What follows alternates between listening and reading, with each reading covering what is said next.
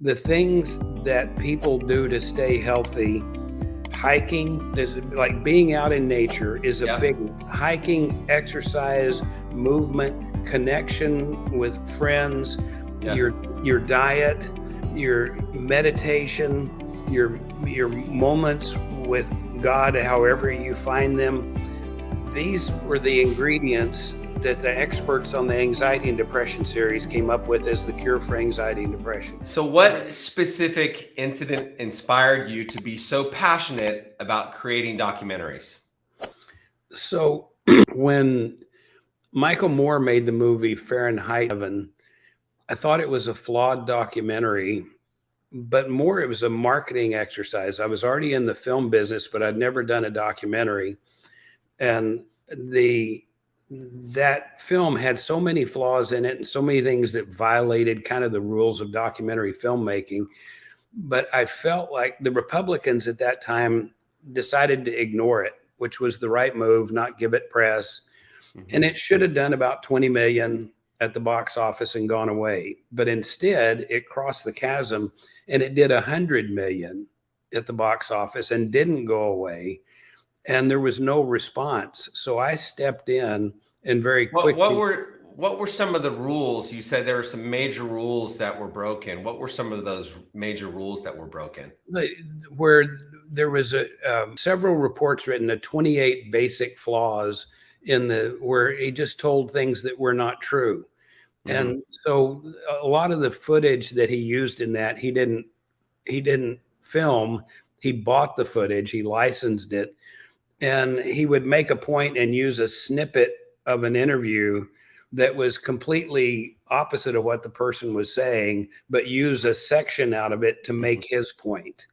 And so as opposed to documenting what was said, which is traditionally a documentary, a fly on the wall, a cinema verite view, he had a specific agenda and he went out and found little clips that would argue just his case. And they were very easy to dismantle. So we made this film dismantling it. We got great reviews in the New York Times, in Variety. And the film, I sold it the day I finished it to Overstock.com. It made me a millionaire in one day. Patrick Byrne at Overstock made sure that I personally became a millionaire from making that. So that film really excited me about documentaries. So the next year, I produced On Native Soil, which was the documentary of the 9/11 Commission report. And it was shortlisted for an Academy Award, and I was off to the races. Wow. And when was that? What year? 2005. Would you say that was really when your career started to take off? We discovered some ways of producing films and releasing them ourselves where it put us in control of our own business, where normally a filmmaker makes a film and then has to figure out how to get it distributed. And we built our own distribution. And that was really what allows me to stay in the film business. Gotcha. What was it like to create a documentary series on addiction when you were experiencing addiction firsthand with your son, Perry? Yeah, so with my interest in the subject, when I read the book Chasing the Scream by Johann Hari, and it's a controversial book because the book argues for not just the decriminalization, but the legalization of virtually all drugs. And it's on its surface, it's like, it's insane. We all want the same thing. We want less drug addiction. We want people to survive. And it goes through the history of the war on drugs and how the war on drugs has actually created more addicts, more death, more destruction. That it's kind of like communism. Communism is a great idea. The only problem with it just doesn't work. Right. And we've proven over and over the war on drugs doesn't work. And so this new model, it was a New York Times best-selling book. I bought the rights to it. And we did that series with Jeffrey Katzenberg's company. Anyone who wants to can watch it on Roku for free right now. You don't even have to sign up, no email, nothing. It's called The Fix. It's on Roku. If you go to Roku and just search for The Fix. And it's a very interesting thought experiment of what would happen. And the fact is, it argues the case that everything we know about addiction is wrong. One of his key points, Johann's key points, is the opposite of addiction is connection. Mm-hmm. And this was revelatory for me because my son Perry has been a heroin addict for a decade. I mean, he's an old timer. It's like normally people don't survive that long. Right, they don't.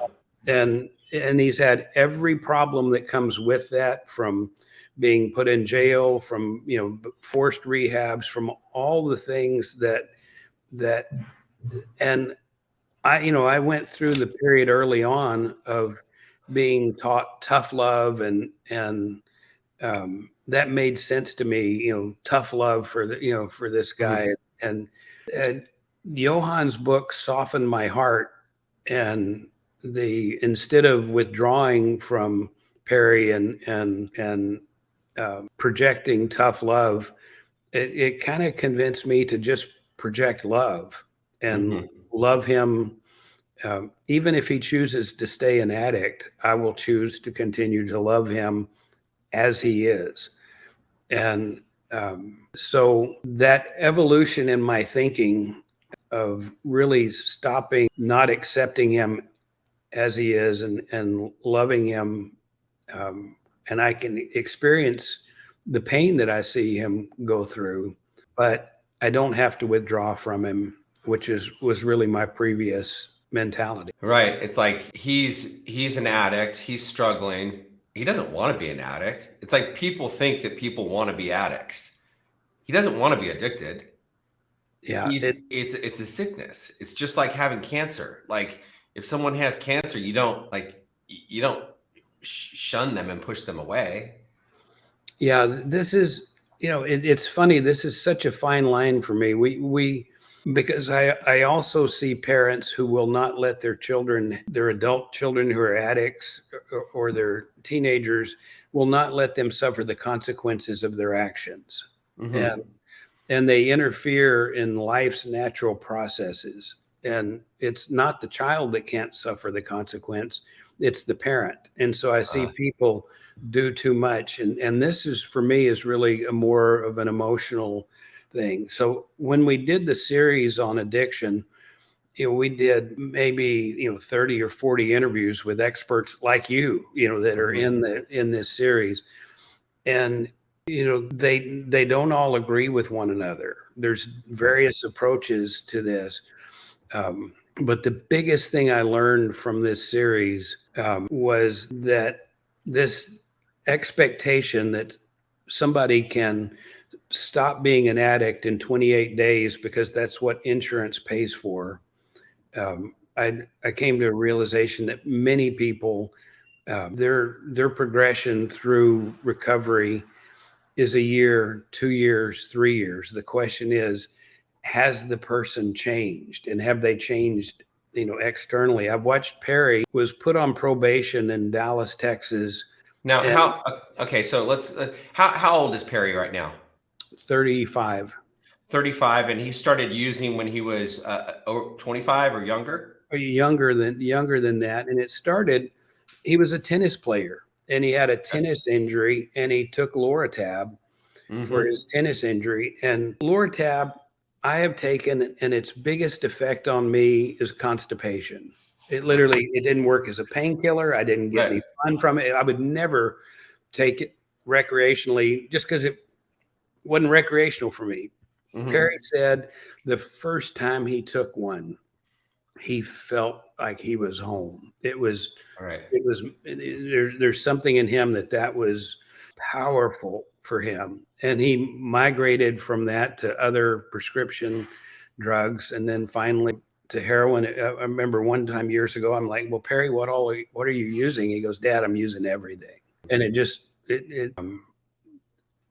and he developed the skill of hustling,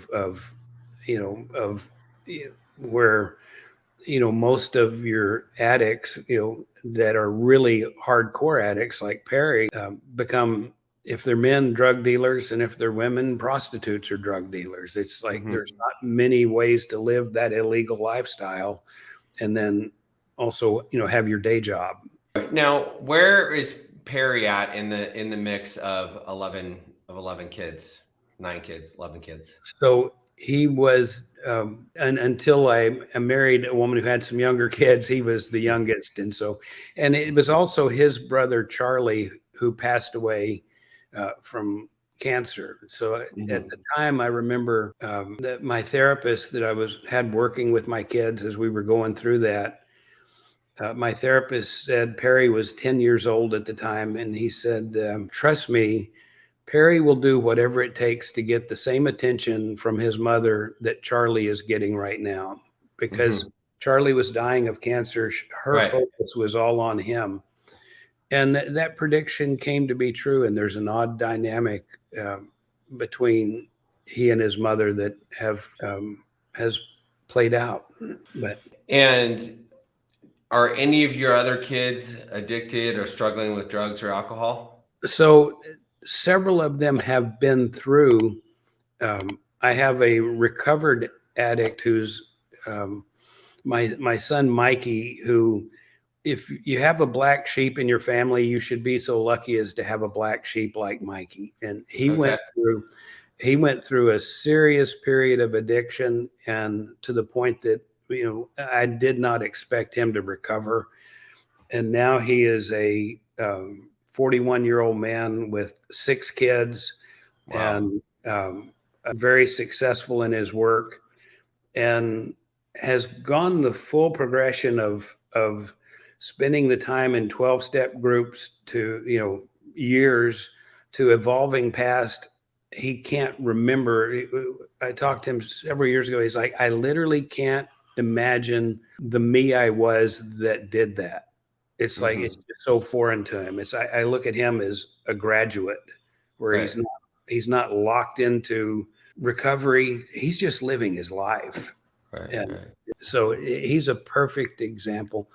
But with 11 kids, we're going to see a little bit of everything. I've got a daughter who's a very active Mormon. It's like we've got the whole spectrum of what I was going to say earlier about Perry is at one point he was arrested several years ago, and in order to not go to prison, he had to be drug tested on a daily basis for a year, and he was put on probation, and it was brutal. If he didn't make his phone call, if he wasn't at the, it was harsh.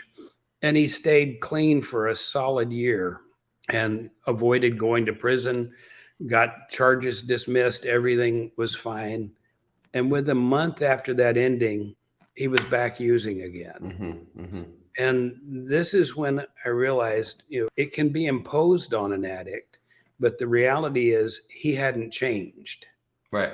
But what is in him hasn't changed. Right. And so currently he is in rehab once again to avoid prison.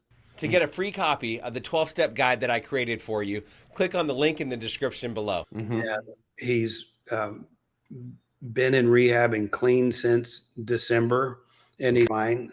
The question is that for him to answer is, has he changed? And I don't know the answer to that.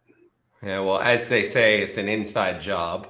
So it's the alcoholism, the drug addiction, the workaholism, the sex addiction. It's all just a symptom of the pain. And so he has to learn how to live life differently, learn how to handle situation differently. It's like we're all programmed to live life a certain way. And my belief, I think the statistics are less than 10% of people make it to a year of sobriety. People that do make it to a year, 67% of them have a chance of making it to 5 years. And then if you make it to 5 years, you have an 85% chance of making it for life. So I don't know where those statistics come from. I heard those many years ago, but I remember when I celebrated 5 years, everybody said, congratulations, you're no longer a newcomer. And I was like, what are you talking about? I've been around forever. And that's been my experience. It's like, you got to make it to the 5 years. And And it's kind of like learning how to live life differently, learning how to handle situations that curveballs that get thrown. I mean, like I get curveballs thrown at me all the time, but I never have the desire to go out and drink or drug or find the solution. I mean, I guess I do look for the solution, but my solution these days are prayer, meditation, exercise, hiking, running, signing up for a triathlon, doing the Grand Canyon rim to rim to rim. I mean, I do things like that in order to, I guess, keep my sanity. And if That's funny. The things you listed, just right off the top of your head there, of your activities, in all of the interviews, this was because I did a series on anxiety and depression, and I did a series on happiness. So I had two different. Ben Greenfield was the host of the happiness series, the anxiety and depression, and I'm doing all these interviews, and I realized I was doing the same series over and over, and it came out the same thing for the addiction series. The things that people do to stay healthy. Hiking, like being out in nature, is a big hiking, exercise, movement, connection with friends, your diet, your meditation, your moments with God, however you find them. These were the ingredients that the experts on the anxiety and depression series came up with as the cure for anxiety and depression. They were the ingredients that our expert, a woman has a PhD in happiness, and these are her ingredients. And in our addiction series, oh my gosh, I'm doing the same interview all over again. These are apparently these are the ingredients of a happy life. Right. And then the alternative to not having connection, not moving your body, not getting in nature, not breathing, not meditating. If you don't do those things, the results are addiction or anxiety and depression or lack of happiness. Yeah, there's a book that Ned Hallowell recommended called, I think it's called The Good Life. And The Good Life, I mean, he talks about all those things, the laughter, joy, connecting with other humans, deep connections, deep human connections, meaning not on the surface, meaning like real, vulnerable, open, honest, and exercise and fitness, not exercise and fitness, but I mean, body movement and eating the right foods and doing things to I guess, improve your health really is what it comes down to. Yeah, these are actually the requirements for, I used to look at walking as that was what somebody who's too lazy to be a runner would do. Right, yeah. And so because I was, the period of time I came up through, everything was about cardio and getting your heart rate up, which is all important. But it turns out walking is not for your heart rate so much as it is for your neurology. And as you move, as you walk, you take a step, you're literally going out of balance, falling forward, catching yourself with your foot, going out of balance, catching yourself with and your proprioceptive system is on high alert. You're getting signals from the nerves in your feet, your legs, your arms, all signaling to your brain. And this signaling pathway stimulates every organ as it goes up. And so you're affecting your liver, your heart, your kidneys by the movement. And it's not just your cardiovascular system, it's your whole neurology. And this is why you look at walking improves 25% of all diseases. Cancer, heart disease, walking does it. It stimulates. And of course, they didn't have, our ancestors didn't have automobiles. For thousands of years, they averaged walking about 10 miles a day. It's the way the human body was built. And you remove that, things start falling apart internally, including your organs are not stimulated, but also your brain and your happiness. These are just kind of, it's almost like we could get a little pamphlet together and say instructions for being human. By the way, because you have a human body, you're going to need to move. You're going to need to be outdoors. You're going to need to breathe the bacteria that is in nature. to be healthy. It could be just a pamphlet, not even a good life book. A pamphlet, do these things, don't ask any questions, just trust me. Yeah. So Dr. Ned Hallowell, the #1 ADHD doctor in the world, you and I both know him from Genius Network. He said he'll prescribe a dog before he'll prescribe any sort of a medication. And as you're talking, I'm just thinking about it. If you have a dog, you want to take your dog for a walk. And so that's just, walking is kind of the easiest thing that most anybody can do. Well, you think about it, so it's not, if you have a dog, like I've had golden retrievers for years until our last one passed and we're taking a break, but the dog requires a walk. It's smart enough to know. The other thing that your dog will do, if you leave it on its own in the house, when the sun is streaming through the window, the dog will go over and lay where the sun is on its body. Yeah. And the dog knows exactly what the requirements of being a dog are. And right. It wants to go outside and smell things, and it wants sun on its body, and it wants movement. And somehow we lost connection with our own inner soul, our own inner. If you just listen to it, you want the exact same things.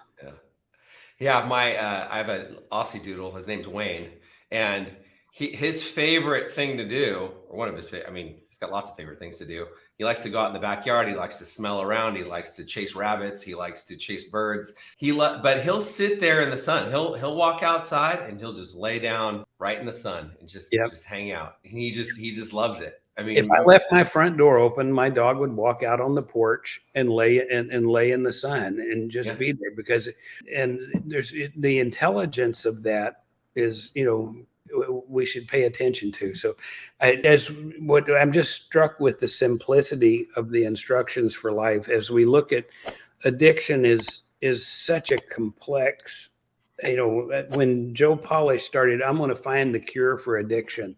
And this was a decade ago. And I don't know anybody who has tried harder to unravel a quote cure for addiction than Joe. And after it's all said and done, there are some very simple, not solutions, very simple additions that can help while we address all of the childhood trauma and the issues that are driving somebody to be doing things that are self-destructive. And my experience is that people that are trying to stop doing drugs, like, oh, I just got to stay sober today. I just got to stay clean today. I just got to not use today. Those are the people that don't make it. The people that make it, and this is kind of what you were speaking to earlier, the people that are living their best life, the people that are out doing things. It's not because I'm trying to stay sober. It's because I just want to live a happy life. So I'm going to connect with other humans. I'm going to frequent places like here in Phoenix. I love to go to Optimize, which is a wellness community. I like to go to F45. That's where I work out. I love to do yoga. So I'm around people and I'm doing activities that I love doing. And those are the things that lead me to being happy. And I don't feel the need to go drink or use. I don't need the solution, because my solution is human connection and body movement. So I mentioned childhood trauma, and there's the adverse childhood events study, the ACE study from the CDC. It predicts with staggering accuracy. It's 10 questions, 5 things that would have happened to you and 5 things that you have seen. And if you're at 6 or 7 or 8 on this ACE score, then it predicts the early death. It predicts, whether you'll be in jail or not. It predicts drug addiction. It is staggeringly accurate. My sister is the founding editor-in-chief of a medical journal from Nature magazine called the Adversity and Resilience Science Journal. She has a $22 million grant from the NIH where she's studying childhood trauma and resilience. And they created something instead of ACEs that called PACEs, which are preventatory and compensatory experiences that you can do to to make up for childhood events. But I've come to believe, I know in my life, my mom died when I was 11, and I made some decisions as an 11-year-old to lock up my heart that I did not, through all the therapy, through all the work I went through, I did not make a dent in that wall until I was 61 years old. Mhm. And it was through a medical guided procedure using MDMA Mhm. that wall evaporated in that first session. And I continued to dismantle it every 3 months. And so for 3 years, I did MDMA twice with ketamine and once with psilocybin. I did it every 3 months. I haven't done it for a year. I may never do it again. I think I reached a point of diminishing return. But I actually wrote a book about it called Love and Drugs. I've got a book coming out from HarperCollins this year in June on entrepreneurship, and I have to wait for 6 months after that book before I'm allowed to release Love and Drugs. But for me, resolving my profound childhood trauma, and I say resolving it as far as I can. Got value from this video. If you heard what you needed to hear, be sure to like it. Comment if you've got a question or you have something to say. Subscribe to the channel. Camelback Recovery provides treatment services for people struggling with mental health, mental illness, addiction, alcoholism, whatever it may be. So if you or a loved one is struggling and you need some guidance and you need some direction, reach out to us. Our contact information is down below, or you can go to our website, camelbackrecovery.com, whether it be detox, inpatient treatment, outpatient treatments, recovery coaching, sober companion services, whatever it may be. Like I said, we can either help you or make sure that you get sent in the right direction. We help people all over the country, all over the world for that matter. I'll see you on the next video.